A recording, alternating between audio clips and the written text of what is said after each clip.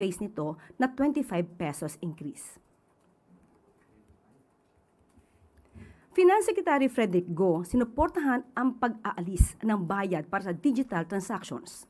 Ito'y matapos ang desisyon ng Bank of the Philippine Islands na tanggalin na ang fees para sa InstaPay at PesoNet transfers simula bukas, July 1. Magandang balita ito para sa ating mga kababayan na madalas gumamit ng online transfers dahil mas makakatipid sila sa kanilang mga transactions. Mabilis, madali at ngayon dahil sa hakbang ng BPI, wala nang bayad. Ito ang mga benepisyong dala ng online transfers. Nitong July 1 lang ay inalis ng Land Bank of the Philippines ang convenience fees sa online government payments gamit ang QRPH hanggang December 31, 2026. Bilang Land Bank Chair, pinangunahan ni Secretary Go ang pag-aalis ng convenience fees sa government transactions. Ito'y mula sa kanyang pagsusulong ng mas affordable na digital banking fees.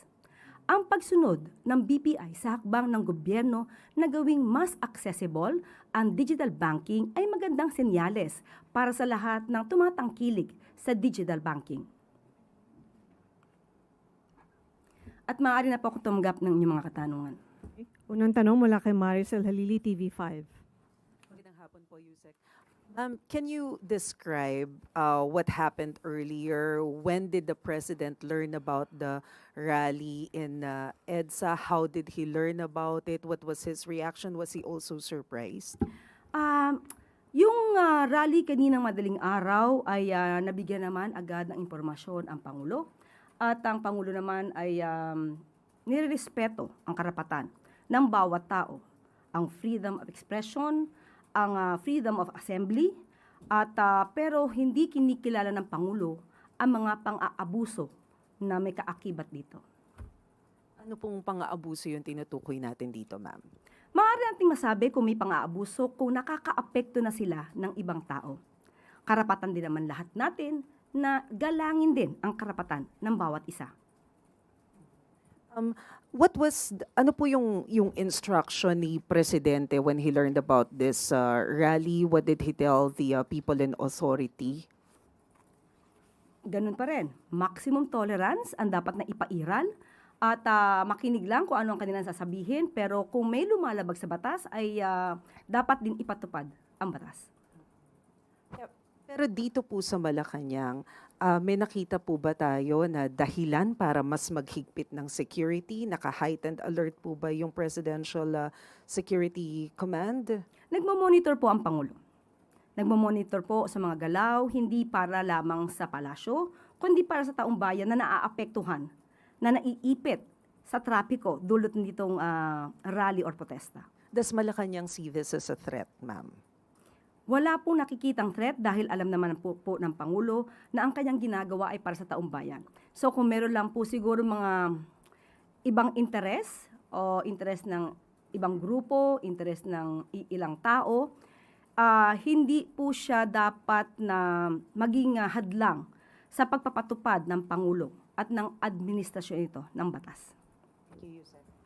Sunod na tanong mula kay Katrina Domingo, ABS-CBN. Good afternoon, Undersecretary. How grave is the impact of the rally in the eyes of Malacanang? Why did the President deem it important to or deem it fit to cancel several events this morning? Dahil nga po, Pangulo ay kailangan mag-monitor. Unang-una, ano ba yung impact? Grabe po ba ang impact ng rally o protesta na ito?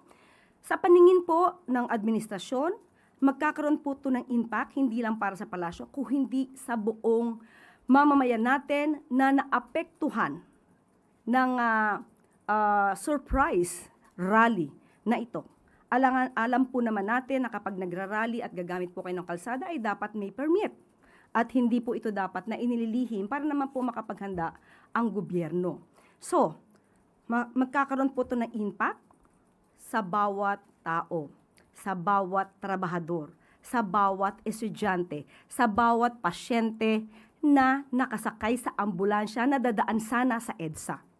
Lahat ng ito, pati tayo rito, ay maaapektuhan.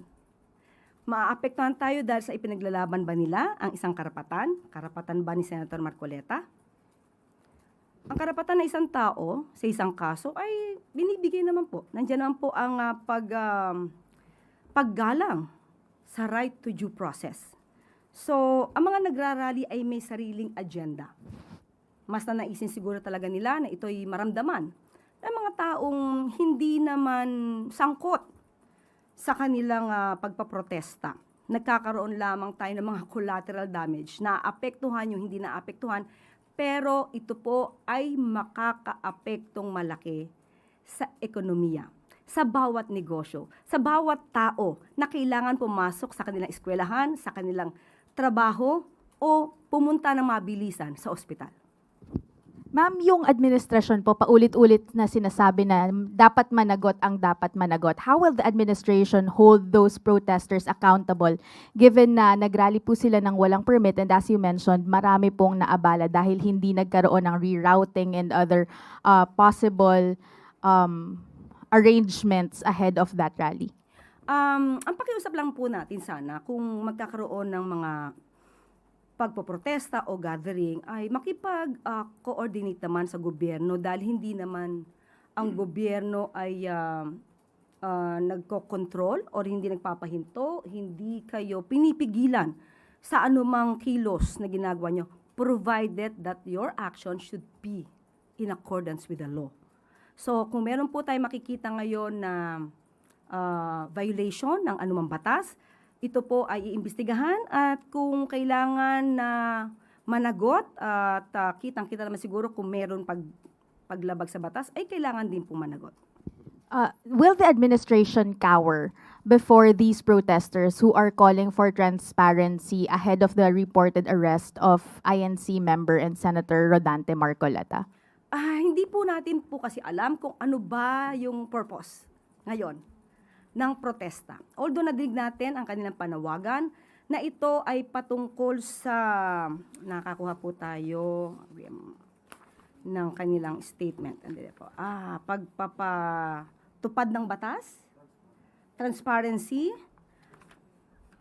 may selective justice. So doon muna tayo sa pagpapatupad ng batas. Kung tayo po ay humihiling na ipatupad natin ang batas, hindi po ba dapat tayo din ay tumutupad sa batas? Tayo din ay sumusunod sa batas. So paano po ba natin maisisigaw na dapat kayong tumupad sa batas kung tayo mismo nagrarally ay hindi tumutupad sa batas? Sunod na tanong mula kay Tristan Nodalo, Newswatch Plus. INC ka rin. Okay. Yusek, follow-up lang din po muna po doon sa rally, no? Well, sabi nyo nga po nire-respect yung karapatan nilang magprotesta, but is there a directive from the President na kung hindi pa rin po sila aalis over a given time, ay kailangan na silang i-disperse? Because there are also reports or information that we're getting na pwede pong tumagal ng 1 linggo yung ganitong klaseng mga aktibidad. How prepared is the government or Malacanang to deal with such activities? Ang gobyerno naman po ay laging handa. Hindi para lamang isagip ang administrasyong ito, kundi isagip ang bawat tao na maaapektuhan ng rally na ito. Mas marami po ngayon ang naapektuhan dahil sa biglaan nilang pagdagsa sa EDSA. Just try to imagine, yan po ang daluyan ng trapiko. Marami pong dumadaan dyan. May mga tao na, kumbaga, emergency ang dahilan kung ba't dumadaan dyan. Pero naapektuhan dahil dito sa rally na ito na ang isa nga sa nadinig natin ay tutol sila sa pag-iimbestiga kaugnay sa kasong di umanong sangkot si Senator Marcoleta. So, hindi natin matatawaran ang kanilang dahilan, pero baka hindi maintindihan ng karamihan sa atin na mas naaapektuhan sila dahil sa pagpoprotekta sa isang tao. Yusek, in relation po to Senator Marcoleta, as thousands of Iglesia ni Cristo members nga po gathered to EDSA, sabi po ni Senator Marcoleta, ang kasalanan ko lamang po ay yung paglingkuran kayo. He also warned, ngunit kapag ako ay kanilang inaresto, hindi na po matutuloy yan, yung kanya pong advocacy in fighting corruption and in sa flood control controversy. Akala po nila ay malilibing na ito sa limot. And he suggested that his possible arrest is also linked to Vice President Sara Duterte's impeachment. Anong sabi niya? Una ay hindi na matutuloy ang kanyang pag-iimbestiga. Ano yung unang Opo, statement? kung siya daw po ay maaresto, hindi na daw po matutuloy yung kanilang investigasyon sa flood control. Hindi, yung naunang statement niya. Ang kasalanan ko lamang ay ang paglingkuran kayo, kung kasalanan matatawag yan na humarap sa kanila ang buong tapang para malaman nyo ang totoo. Yung pangyayaring ito ay patungkol sa 75 million pesos na dinonate sa kanya.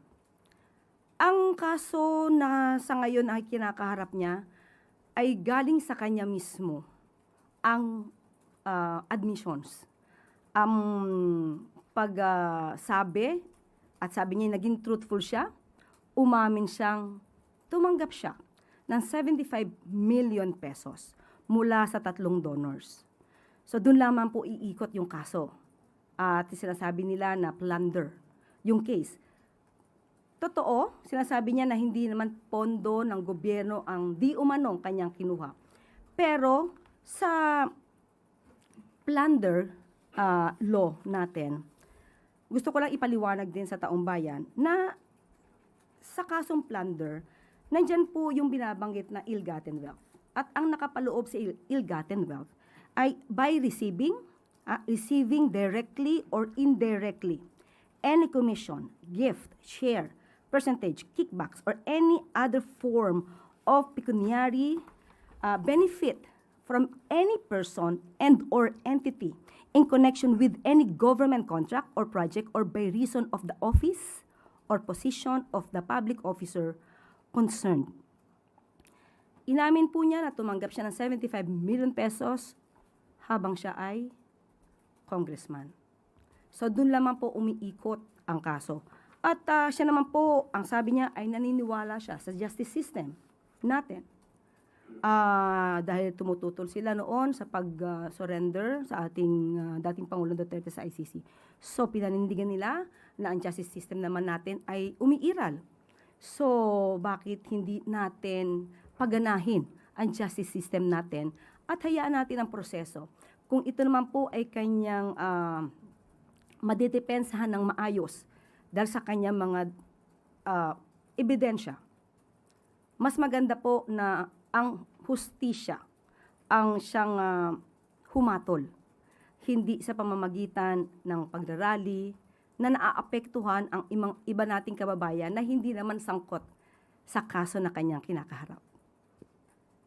In relation po dyan, si Vice President Sara Duterte naglabas din po ng statement accusing the Marcos administration of being defined by poor governance and of weaponizing the justice system by filing cases against imprisoning individuals who dare to speak out against alleged corruption. Sabi po niya sa kanyang statement, this administration has been defined by poor governance and its failure to acknowledge and address the country's real problems.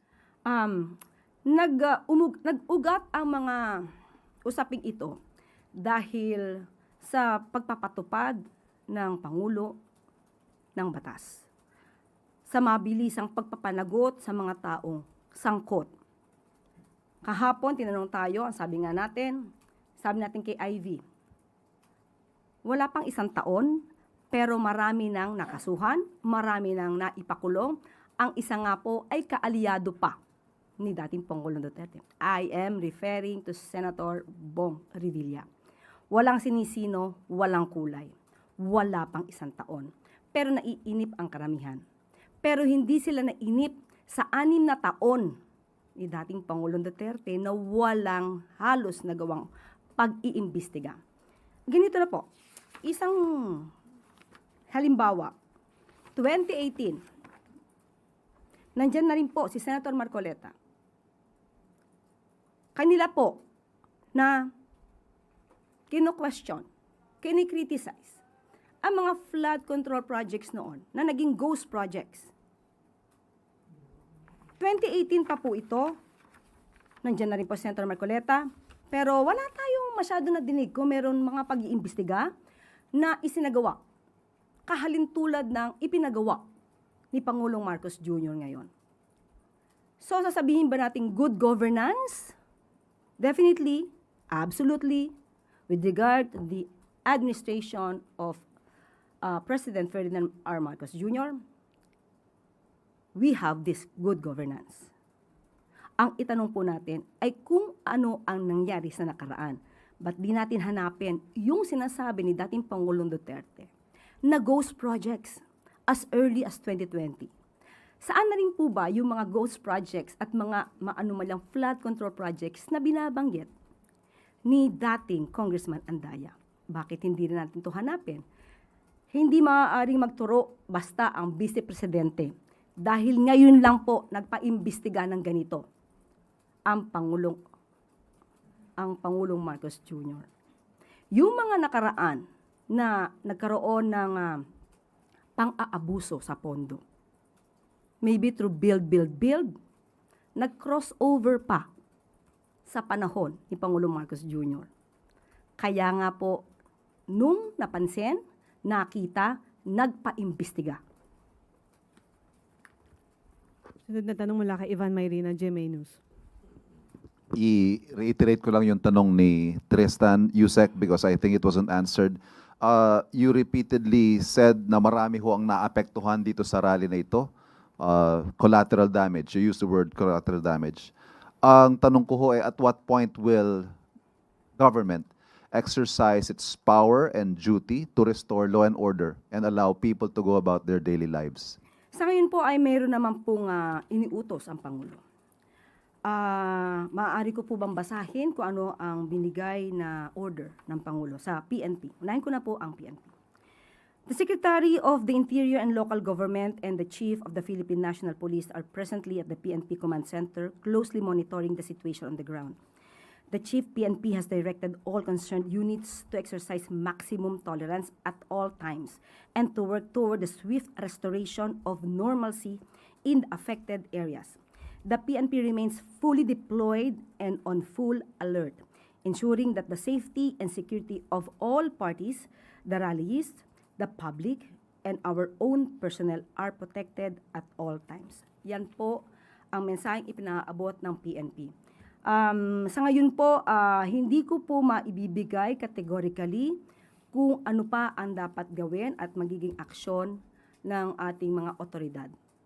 So, ibibigay ko na lamang po sa inyo kapag meron po tayong panibagong update. Next question, ma'am. May decision na ho ba kung tutuloy ang Pangulo sa kanyang official visit to Canada tomorrow?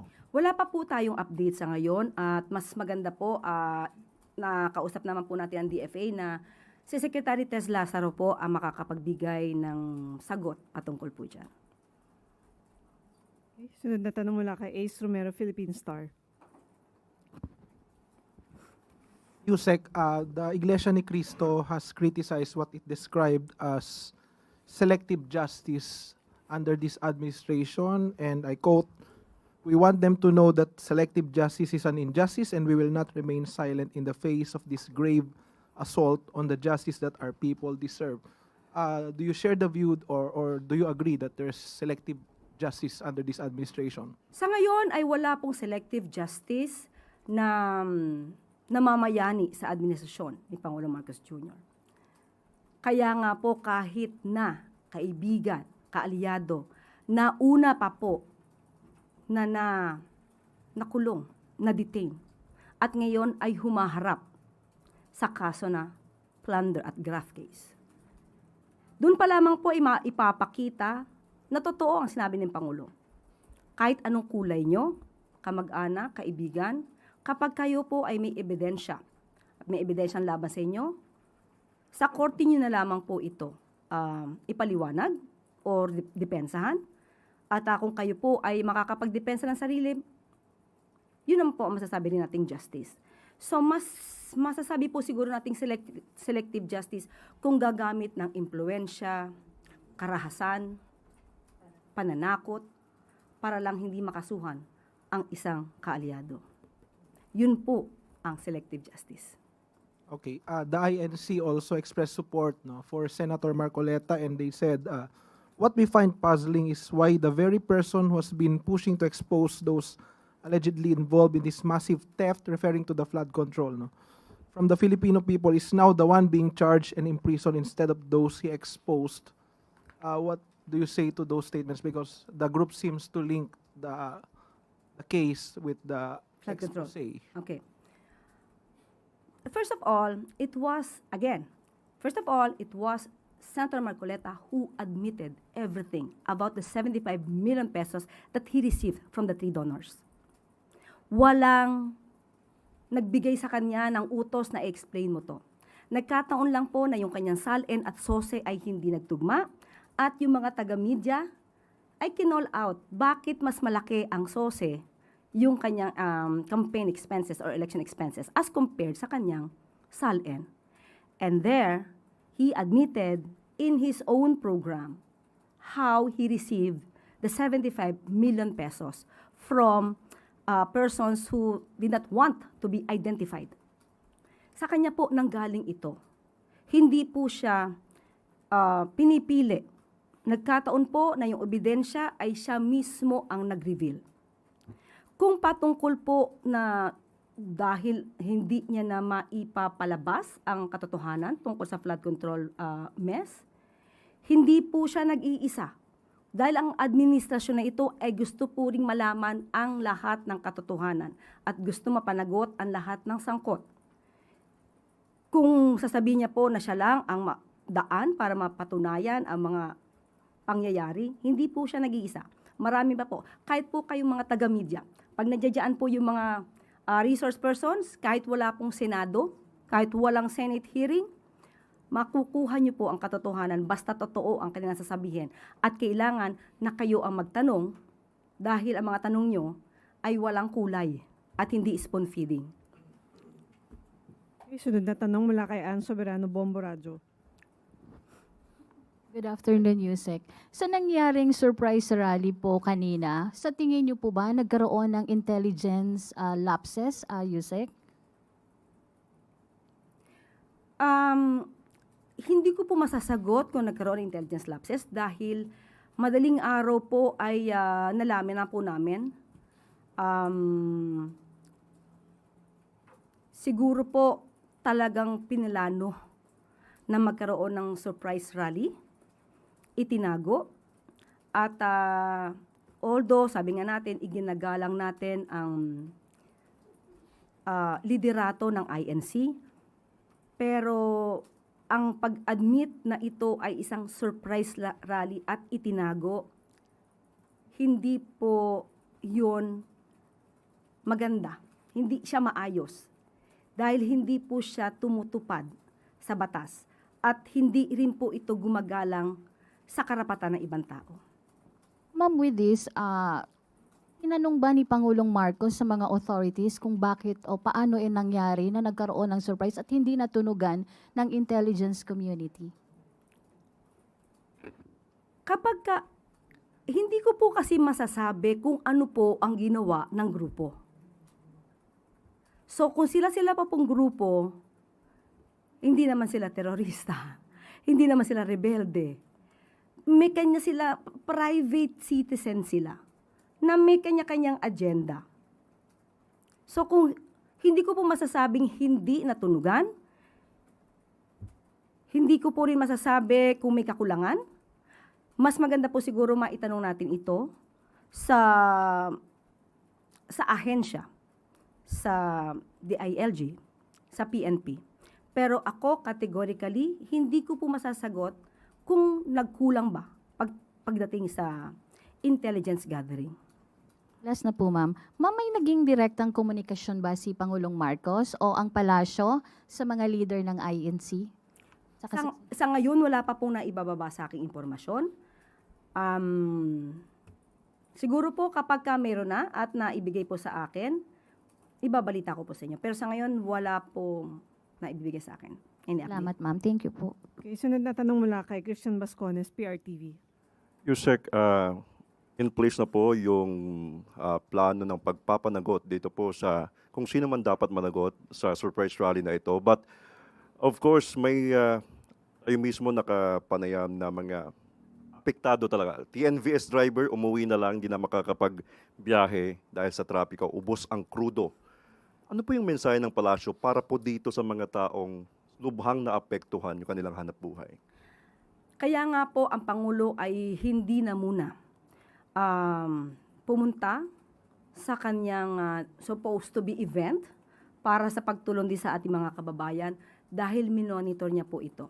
Minonitor niya po kung ano maaaring maging kalagayan ng ating mga kababayan na naipit sa traffic dulot ng surprise rally na ito. Ang panawagan lang din ng Pangulo, hindi lang sa mga kababayan natin na naapektuhan, doon sa mga nagrarally. Ang pagrarally po ay hindi po sagot para mawala at maabsuelto agad ang isang tao sa isang kaso. Ang pag-absuelto ng isang tao ay sa korte. Hindi po ito madadaan sa rally, pero nakikinig naman po ang Pangulo sa mga binabanggit po ninyo na nais na transparency, accountability, pagpapatupad ng batas. At yan po ang ginagawa ng Pangulo.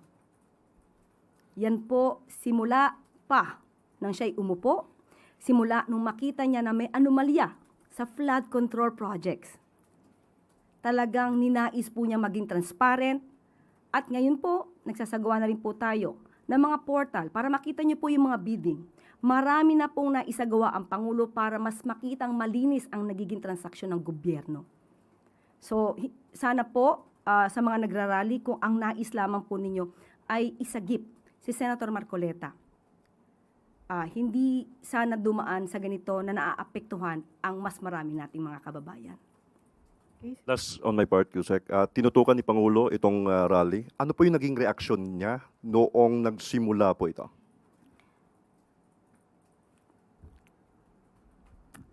In a way, nagtataka siya. Nagtataka siya na dahil masasampahan ng kaso si Senator Marcoleta or na nasasangkot sa isang kaso sa Senator Marcoleta, ay kailangan ng maglunsad ng ganitong kalaking rally ang mga kapatiran, ang ating iginagalang na mga kapatiran sa INC. But still, ang Pangulo po ay nakikinig, iginagalang sila. Ang tangi lamang niyang hiling ay igalang natin lahat yung mga naaapektuhan na dapat ay hindi naaapektuhan. Sunod na tanong mula kay Clisel Pardilla, PTV. Good afternoon po, Yusek. Yusek, House Deputy Minority Leader Antonio Tino urged Ombudsman to disclose the signed agreement for the cooperation of former DPWH Secretary Bonoan as a state witness in the flood control scam. Ganito rin po ba yung view ng Palace na dapat po i-disclose yung agreement?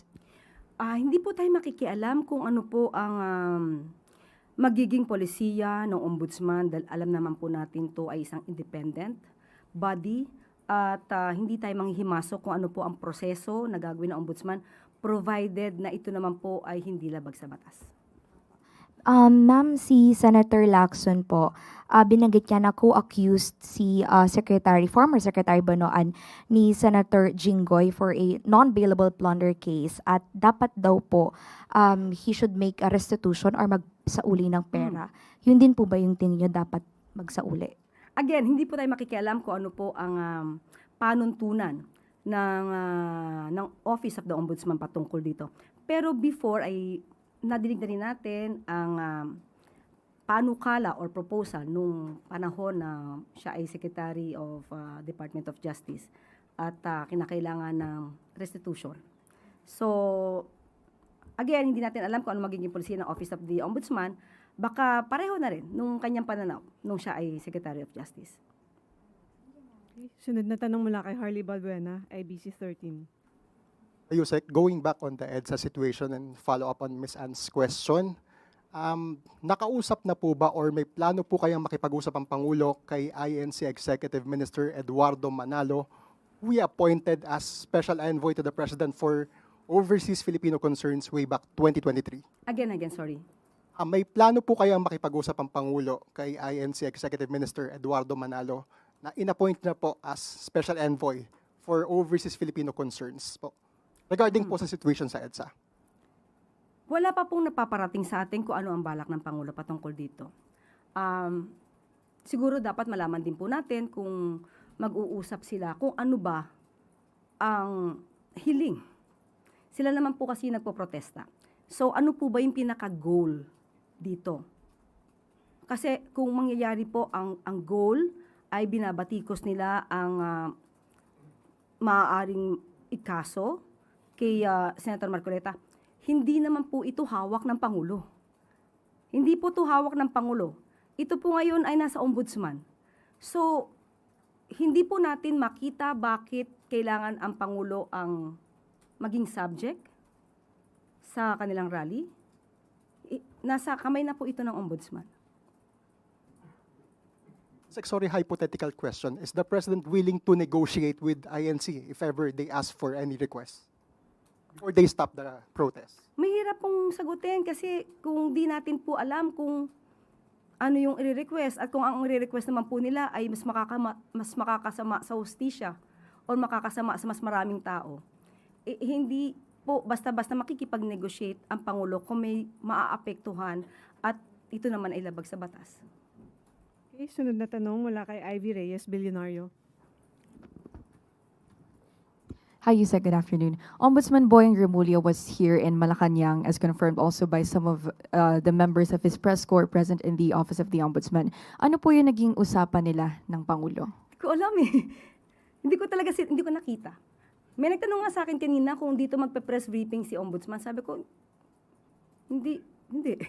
Wala akong personal na knowledge. Kung pumunta, wala rin ako alam. And with the INC saying this rally supports Senator Marcoleta, does Malacanang think such announcements of his looming arrest should be made public pa po?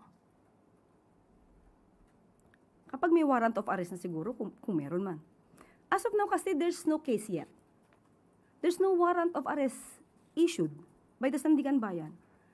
So, di natin alam kung saan galing, totoo, ang dahilan ng surprise rally nila. Dahil talaga pong binanggit ito ay patungkol kay Senator Marcoleta, right? Yes, Ivy? Okay. Okay. Tanong mula kay Rafi Ayeng muna. Magandang hapon, Yusek.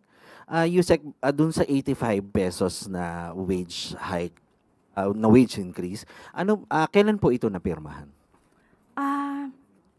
Hindi ko po nakuha ang dokumento. Yan po ay ibinigay lang sa akin bilang good news. So, hingi ko na lang po yung dokumento at bibigyan ko kayo. Kasi po, based on the comment sa social media, yung timing po is in-announce ngayon sa kabila ng pagkakagulo sa EDSA Shrine. Kung in-announce po ito ngayon, ibig sabihin way back, nakadraft na siya. So, ibig sabihin way back, a month, ay napag-aralan po ito. Kasi hindi po ito gagawin lang ni Labor Secretary Tolentino. Kasi ito ay pinag-uusapan. Kaya nga po, Regional Tripartite Productivity Wages Board. Kasi, grupo po ito na silang magde-design. So, wag nilang bigyan ng mali siya kung ngayon in-announce. Kasi, meron mga mamabatas humihiling na itaas ang sweldo. Diba? Pag ngayon binigay at itinaas ang sweldo, sasabihin nila, tina-timing. So, hindi na natin alam kung saan tayo pupunta. And yung TUCP po, yung Trade Union Congress of the Philippines, na humihiling na dapat daw ay 200 yung taas na sahod. At sinasabi yung 85 minimum wage increase, and I quote, the increase is not only grossly inadequate in the face of the collapse in workers' purchasing power, but will even be released in tranches, forcing workers to wait months before receiving the full amount. Tayo naman po ay kumikilala sa kalagayan ng ating mga manggagawa, pero binabalanse rin po ito sa kakayahan ng ating mga employers. Mahirap po na magbigay bigla ng malaking sweldo, tapos hindi rin kakayanin ng employers, mag-lay off na employees, mas mawawala ng trabaho ang iba nating mga kababayan. Mas marami magkakaroon ng unemployment. Unemployment rate ay tataas na naman. At yung hinihingi nila na minimum wage, ito naman po ay trabaho na ng Kongreso. So sa atin po, kung ano lang po ang nakikita at na-assess ng Regional Tripartite Productivity and Wages Board, yan po ang ibinibigay. Sunod na tanong mula kay Maricel Lalili, TV5. Quick follow-up lang po. What are the deciding factors whether or not the president will push through with his visit to Canada? Hindi pa po namin napag-usapan. So, sa ngayon, walang update. Siguro po, tatanungin natin si Sectes Lazaro. So, is it safe to say na for now tuloy si presidente sa biyahe sa Canada? Wala pa po kasi sa akin binibigay na anong update. So, status quo. Okay. Ma'am, sorry, follow-up. Yung sinabi po ninyo kanina na managot ang dapat managot and clearly there are possible violations dun po sa rally na nangyari. Depende sa maiimbestigahan. Okay, but are you referring to the organizers of the rally, the leaders of INC? Sino po yung sinasabi natin na pwedeng managot? Depende po sa maiimbestigahan. Hindi po natin alam pa yung pinakapunot dulo nito. Sino ba yung maaaring ng gulo? Sino yung nag-cause ng trapiko at hindi makadaan yung ibang mga sasakyan. So, aalamin na lang po natin. Okay. Christian Yusores, DZMM. Ma'am, going back to the question of Ivy kanina, dahil po may ilan doon sa mga nag-protest ang nililink yung kanilang pagkilos doon sa pagsasampa ng kaso kay Senator Marcoleta. Ano po ang tingin ng Malacanang doon sa maagang pag-aanunsyo din po ng ombudsman na sasampahan ng kaso si Senator Marcoleta, na yun ang ginagamit ngayon ng mga nag-protest na dahilan kaya sila lumabas ng kalye para kontrahin po yun? Dapat po ba na maagang nag-aanunsyo ang mga opisina ng kung sino ang mga sasampahan ng kaso? Hindi po natin hawak ang Office of the Ombudsman, kung ano ang kanilang magiging statement. Pero kung in-announce man po ito ni Ombudsman Boying Remulla, tama po ba na sagot ang rally? Hindi po ba mas dapat na daanin sa proseso? Maniwala tayo sa proseso? Hindi pa naman po nakakasuhan. Hindi po ba mas hindi maganda ang tingin or magiging tingin ng ating mga kababayan kung parang hinihiling nila na madismiss ang kaso sa pamamagitan ng pagsasagawa ng rally? Follow-up question mula kay Tristan Nodalo, Newswatch Plus. Yusek Claire, balikan ko lang po yung activity sa EDSA ngayon. Does the protest today place President Marcos in a politically complicated situation since the INC endorsed his candidacy in 2022? And if hindi naman po ito nagpa-factor in, may personal message po ba si Pangulo sa mga umattend ngayon ng protesta? Ang Pangulo po ay naniniwala sa paninindigan ng INC. Ipatupad ang batas, transparency, accountability, managot ang dapat managot. At yan po yung ginagawa ng administrasyon.